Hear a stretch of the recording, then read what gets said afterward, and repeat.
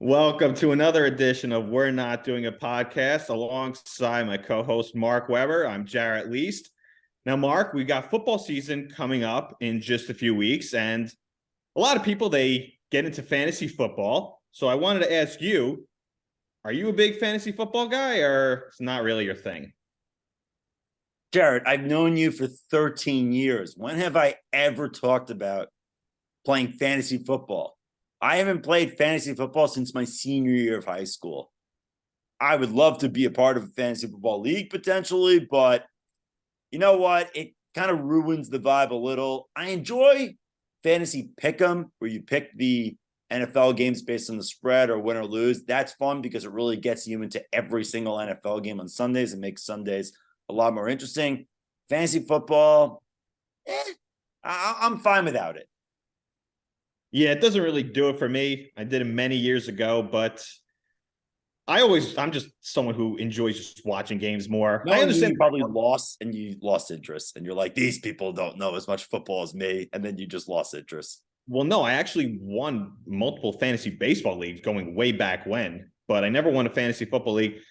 I understand the whole camaraderie behind it, a bunch of guys getting together for a draft. It's fun and all, but I just never like having to set a lineup. Losing interest, of course, that's number one for me. And it's just being a fan also of guys that you don't want to root for certain players, especially when they're playing against the Jets or whatnot. So I don't know. It's just it's not really my thing, but I understand why a lot of people do get into it. What shirt are you wearing, by the way? What are you wearing? Trinidad and Tobago. It's Mighty Ducks 2. Most of Trinidad. my wardrobe that's not work related or socializing out of the apartment is mainly Mighty Ducks related, if you haven't Yeah. noticed.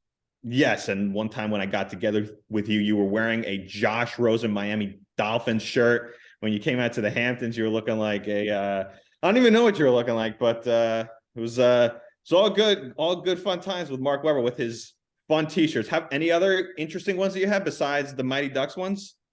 I recently purchased an Aaron Rodgers t-shirt of him in a Jets uniform where he's wearing the wrong number.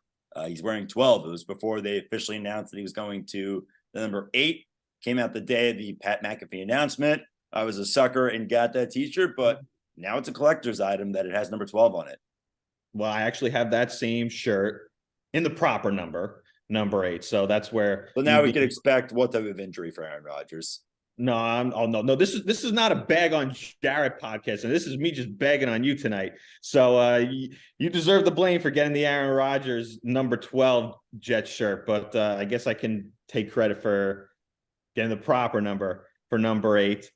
But now getting into our topics for the night, Shohei biggest superstar in all of Major League Baseball. It was announced that he suffered a torn UCL and he will not be pitching for the rest of the 2023 season. Now, that affects certainly both New York teams, the Mets and Yankees, considering the fact that Shohei Ohtani is going to be a free agent this coming offseason. So, Mark, I ask you as a Yankee fan, state your case as to why the Yankees should or should not pursue Shohei Ohtani this upcoming offseason. Jarrett, I'll answer it with a question. Sure. If you found out Margot Robbie had a bad personality, would you still go out with her? Yes. The Yankees or Mets should absolutely go after Shohei Ohtani. Doesn't matter. Not only is he a fantastic pitcher, he's the best hitter in baseball. Leads the league in home runs, leads the league in OPS, leads the league in slugging. So what? You don't get a top pitcher. You'd be getting the best hitter in the game. You absolutely have to go for Shohei Ohtani, regardless of whether he can pitch or not. As long as he's on the field, you sign Shohei Ohtani for whatever it is worth. He is the best player in the sport. Well, you're saying for whatever it is worth. If Shohei Ohtani at some point can't pitch again, would you still give him $500+ million? Because yes. I would. Yes, he's the best player in baseball.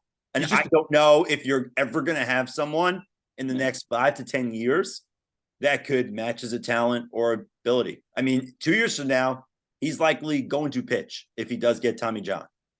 And at just 31 years old, 2 years from now, that's still prime years for a pitcher. Yes. But still, regardless, whether or not he can pitch, you are getting the most talented baseball player, not just in the sport right now, but since Barry Bonds. So you're telling me you wouldn't want Barry Bonds for 10 years? That's crazy. Whatever it takes, blank check for Shohei He's that good. I don't say that about many players. Shohei is one of those athletes. Well, I do understand what you're saying, but from a Mets perspective, and considering the timeline where the Mets are kind of currently at right now, I wouldn't. And I'm basing this off of the fact that Shohei Ohtani is going to probably still be getting a $500+ million contract. Now, the benefit with the Mets is the Mets can outbid anybody. When it comes to the Yankees, they're not going to be able to because they're just not going to win a bidding war with the Dodgers, the Giants, the Angels, and especially the Mets. But just from a Mets perspective, I would not go after him because if he's not able to pitch next year, I look at it from this perspective with the Mets. They need pitching right now. Their projected rotation going into 2024 right now just has Kodai Senga, Jose Quintana, and nobody else, honestly. And you need pitching. So I would go out from the Mets perspective and sign a bunch of pitchers this offseason, maybe pull off a trade for a pitcher, considering you just acquired a bunch of top prospects at the trade deadline this year. And I just feel 2024 is more of a transitional year for the Mets. Yes, they're trying to compete, but they have their angle towards 2025.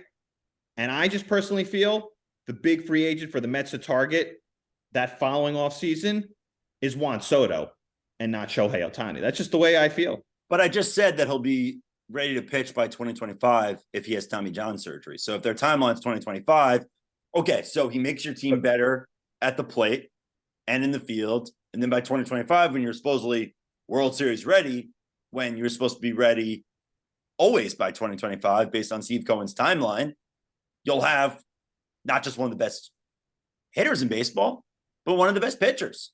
Shohei Ohtani is going to make any team he's on better. His wins above replacement right now is over 9. The next highest in all of baseball is just under 7.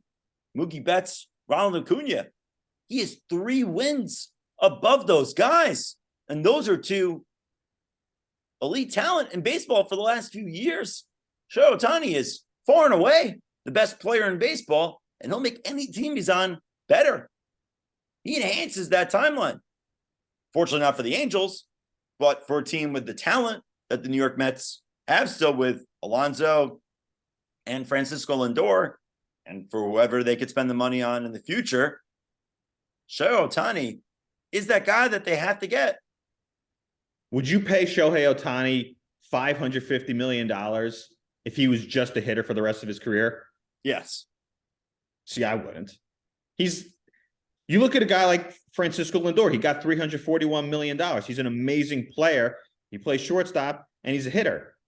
I'm paying $550+ million to Shohei Ohtani if I know for certain for the next 8 to 10 years, because that's what the contract is going to take, if he is going to do both hit and pitch.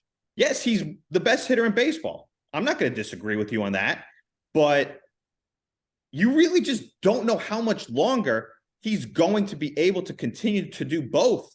And I always say when it comes to these mega contracts, you're paying for what a guy did in the past based on what you actually think he's going to do. And I think this type of contract with Shohei Ohtani would be the absolute classic case of paying him based on what he's done in the past, because we've just never seen what this guy, we've never seen anything like this ever. Even Babe Ruth never did anything like this. Shohei Ohtani's done this for multiple years. Yeah, and how did it work out when the Yankees got Babe Ruth for the long term after he played a couple of seasons on the Red Sox? How did that work out? How many World Series did they win? How did their franchise turn around? I would say it worked out pretty well. I would say that the Yankees have zero regrets in Babe Ruth. Ohtani is up there with Bonds and Babe Ruth. Ohtani, you could argue, is the most talented baseball player of all time. Yes. The answer for me was always Babe Ruth, but now it's shoheiohtani because it's a different sport now, and Ohtani is still that talented. If you're comparing Ohtani to Babe Ruth, you have to give this guy $550 million or a blank check. You have to. You will not get anyone better. There's no, oh, there's some young player that could, be the next thing. How many times have you heard that as a Mets fan, Jarrett? Shohei is worth every single penny if you want to win or make yourself better, because he is the most talented in baseball ever. And I keep hyping up more and more as I talk, and he deserves it. He is that freaking good. He is that freaking good, but I'm just looking at it from this perspective with the Mets. If they did have an all-in mentality going into 2024, I would have a totally different mentality. But they pivoted on this past trade deadline, and they said, we'll still try to be competitive in 2024, but have our eyes towards the future.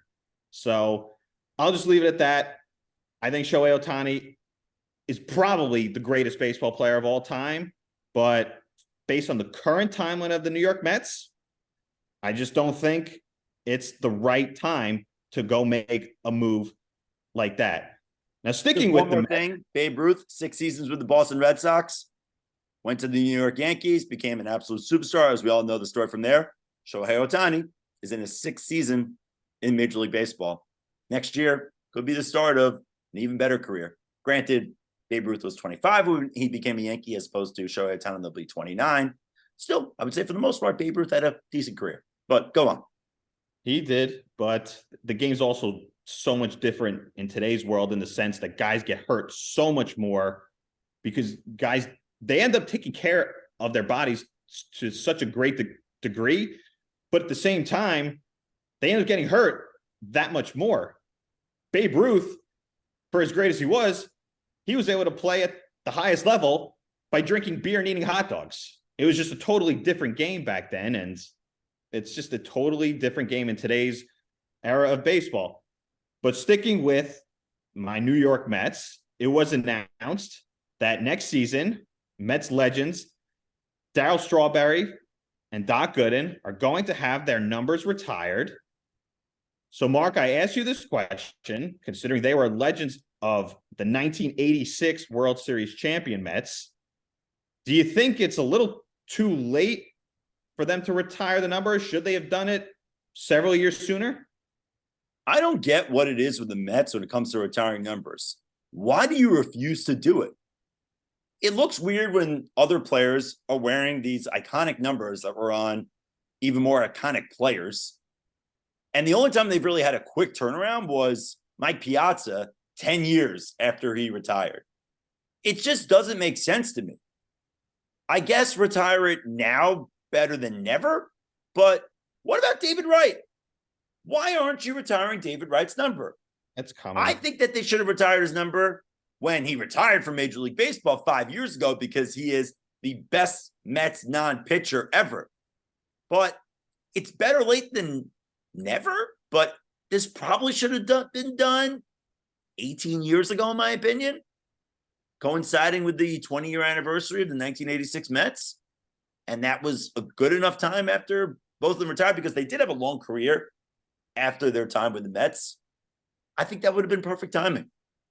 It would have been perfect timing, but I'll ask you, why do you think these numbers weren't retired 6 years ago or 10 years ago or 18 years ago? Do you know why they weren't retired then? Because the Mets are an incompetent franchise? I mean, or look at the guys they retired when we were children. They had 3 retired numbers. Gil Hodges because he died. Casey Stengel because he was the first manager in Mets history and was an iconic part of the franchise. And Tom Seaver. That's it. None of the 86 Mets. None of the other 69 Mets. What a franchise. It's an easy way to sell tickets. It's a layup. The Mets had so many down years. Do it then. It made no sense. So going back to the question, who were the owners of the Mets then? There you The Will go. funds. Steve Cohen's making up for it all right now. Last summer, it was Keith Hernandez. Next year, it's going to be Doc and Darryl. David Wright, I'm going to guess his number gets retired in 2025, appropriate year, the last number of that year being number 5. Yes, it is late, but that's the difference between now. Steve Cohen is the Mets owner of the team, and in his first 3 years, things have been up and down, more down than up, but at least you got to give him credit for recognizing Mets history, because when you look at iconic Mets, to me, it's Tom Seaver, it's Mike Piazza, it's David Wright, and it's Darryl Strawberry and Doc Gooden. Those are the 5. Those are the 5 iconic Mets to me. And yes, Keith Hernandez was a legend, and pretty much everybody on the 1986 Mets was an icon, because that's the last time the Mets won a World Series, and there's just so much story to that team. But Doc and Darryl, they're the original bad boys of the 86 Mets. They're both homegrown. They came through with the system. They deserve their numbers to be retired. And I do think they both should have their numbers retired on a different day. I wouldn't do it on the same day. Who do you think should be next? Jose Reyes or Gary Carter? Because another 2 iconic Mets that should probably have their numbers retired. It's not going to be Jose Reyes. It's not. Jose Reyes is never getting retired. No, it's not happening, and it shouldn't happen, quite frankly. Jose Reyes is easily one of the greatest Mets of all time based on many statistical categories. Look, at the end of the day, I'll still always remember Jose Reyes, his last game as a Met, when he drops down a bunt and he gets that hit to win the batting title and he takes himself out of the game. Well, the first stint with the Mets. Remember, he had the second stint. Yeah, because no one else would want him in Major League Baseball because of the fact he got arrested for domestic violence. Look, Jose Reyes, his number's not getting retired as a Met. He's a good Met. He's not an iconic Met under any circumstances. Jose Reyes' number will not be retired, I don't think. But that's a hot take. Gary Carter could be. He's an 86 Met. And the trade that they made to bring him over, that really was the missing piece to put that Mets team of the 80s over the top. So I have no issue with anybody on the 86 Mets getting retired, but it's just really sad when you look at this generation of Mets. It's David Wright, whose number absolutely will and should be retired in the near future. And other than him, who else is there? There's really no one else. What about Carlos Beltran? If he gets into the Hall of Fame, which could happen in the next couple of years, Carlos Beltran will be going in with a Mets hat on his Cooperstown plaque. It will be discussed on whether or not his number gets retired by the New York Mets. I would retire Carlos Beltran's number. I would retire his number because you can look at the fact that he was the best free agent signing in Mets history. And you also look at the fact after his first year with the Mets in 2005, it was a real struggle. And then he just took off after that. So you give him all the credit in the world for being able to handle playing in New York. And he had an illustrious Met career. So I absolutely would retire Carlos Beltran's number. So it would be David Wright and Carlos Beltran in the near future. But give credit to Steve Cohen. He's doing the right thing. He's honoring Mets history. And when it comes to that regard, that's all you can ask for as Met fans in today's world. A couple more wins would be even better, but can't ask for too much at this moment in time. Let's see what the offseason brings. But now moving on to other fun topics outside the sports world in which we love to talk about. Drew Barrymore, one of Mark's favorites, has been in the news over the past few days as she had a stalker follow her to one of her shows, stalked her outside of her home in the Hamptons. And there was a New York Post article that claimed Drew Barrymore was the star of the movie Music and Lyrics. Now, Mark, I give you credit for coming up with this topic on tonight's pod. So I ask you, which movie do you most recognize Drew Barrymore from? Fantastic question, Jared. And for those wondering, I was not the stalker that was at the 92nd Street Y event, although it is a few blocks up from where I live. I was With not. that shirt, I I think do you know would someone be. that was there. They told me firsthand what that experience was like. Very scary. They brought her back out, but very scary. It's a great question. Musical lyrics, I completely forgot she was in that movie, even though she's one of the main stars with Hugh Grant. And I saw that movie probably once. Same with most people on this planet. I'll go with this with Drew Barrymore. When I think of Drew Barrymore for the most iconic movie role she's in, Charlie's Angels, because that really cemented her career as no longer a iconic child actress and a leading actress in many movies. Her career really took off from there. The movie also made $270 million in the box office. Her most iconic role of all time, obviously E.T., the best movie with her, my personal favorite, Wedding Singer. The role that you can't replace Drew Barrymore with, 50 First Dates. 4 movies. 4 freaking movies over music and lyrics. Come on, New York Post. I just want to get you riled up and just say one of her most iconic movies was Blended. Oh, I hate you. I hate you so much. That is the worst movie she did with Adam Sandler. Yes, we're blending. If anyone wants to torture me in We're a blending, blending. just play that movie once. You don't have to put it on repeat. Just We are watch. blending. Blended is the biggest piece of crap I have ever seen in my We are entire life. blending. We are blending, Mark. We're blending. Aren't we blending? We're probably the only 2 people on earth that could quote the movie Blended with Adam Sandler and Drew Barrymore. Oh God, what's the baseball movie? Fever Pitch. With John. Fever Pitch. That's another one. I mean, you stole my thunder. I was going to say 50 First Dates, 100%. But honestly, my favorite character from 50 First Dates, you want to guess who my favorite character from that movie is? I know the answer. No one else listening to this or watching this will know, but it's Rob Schneider. Get me a t-shirt. My size is medium. It's not? He is. I answered it. Now you want to change it. Come on now. He is one of my favorites, but the other one, maybe after Rob Schneider's character, it's got to be 10-Second Tom.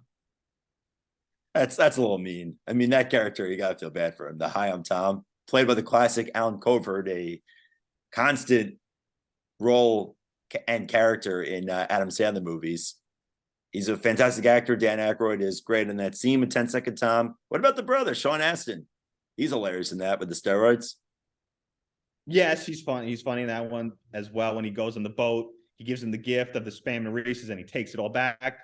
And honestly, it was literally a 5-second appearance in this movie, but at the very end, when they're in the mental institution, when the guy's drawing a painting of himself, and the guy's like, "Oh, that's Pablo Picasso." And he's like, "Really?" Like, "Nope, not really."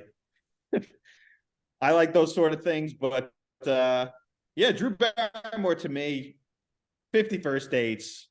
That's an iconic movie for her, as well as Adam Sandler. You know how iconic that movie was because Drew Barrymore and Adam Sandler ended up being in another movie together, as it was called Blended. So they were also in The Wedding Singer together before that. So she's really had a heck of a career with Adam Sandler that was just ruined by Blended. Let's just forget Blended ever happened. Forget it. It should not be on any streaming services. Take Blended off. I know Adam Sandler has a deal with Netflix. Netflix should pay Adam Sandler to never allow that movie on their platform. Yeah, I guess you could make the case. It wasn't as bad. It was not great, but they sexualized Bella Thorne, who's like 16 years old in that movie. So creepy. She's walking to dinner. They have her shooting up from the waist up, and you're like, "Oh, girl's like a teenager. What are you doing, Adam Sandler?" It's probably the last movie they could do that with, a movie with a girl that young playing the role. I mean, is that weird? Well, speaking of rage, another topic that's very much in the news over the past few days, Fyrefest 2.0 is coming. Billy McFarland is organizing it. Mark, how big of an idiot would anyone have to be to spend money and go to Fyrefest 2? Well, I thought one of your constant quotes from the show is that you never want to judge how other people spend their money, Jared. And now you're asking me to judge. That's very good. You know, it's a good point. I get that. That's a guy. I applaud you for that. It's a good point. But I'm asking you that. Answer the question. I mean, would you invest in FTX or put your money into FTX if it came back? Would you invest in Enron if it came back? Would you give your money to Madoff Securities 2.0? Obviously not. So why would you give your money to Firefest 2.0 or 1.5?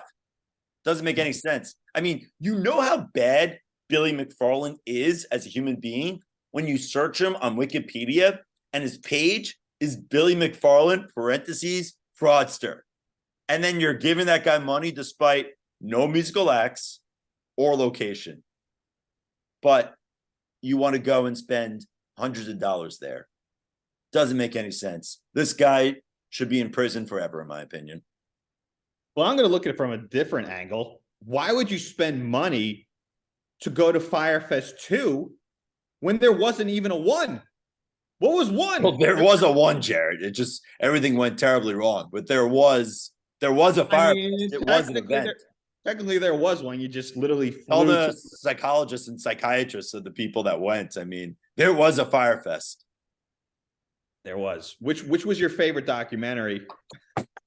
Which was your favorite documentary of the Firefest ones? Was it the Netflix one or the Hulu one? If you remember. So I watched them like years apart. I liked the Netflix one. I don't know. That stuck with me. I think because I watched it a little bit more. The Hulu one did Billy a little too hard because I found out that it opens up with a college presentation that he did while at Bucknell. And they kind of make him seem like he's fumbling over his words, can't speak. I actually know people who went to high school with him at Milburn High School. They said he was the best speaker of his entire graduating class and was a teacher's pet. People loved him, very smart. His computer was broken the day of that presentation, so that's why he was nervous. And Hulu took that video out of context and showed that he's not that much of a genius and he is a fraudster, when the reason why he was able to sell to so many people the idea of Firefest was he was a good speaker, he was a smooth talker, and he was a very, very bright kid. Yeah, he was able to defraud a bunch of people, but he didn't get away with it.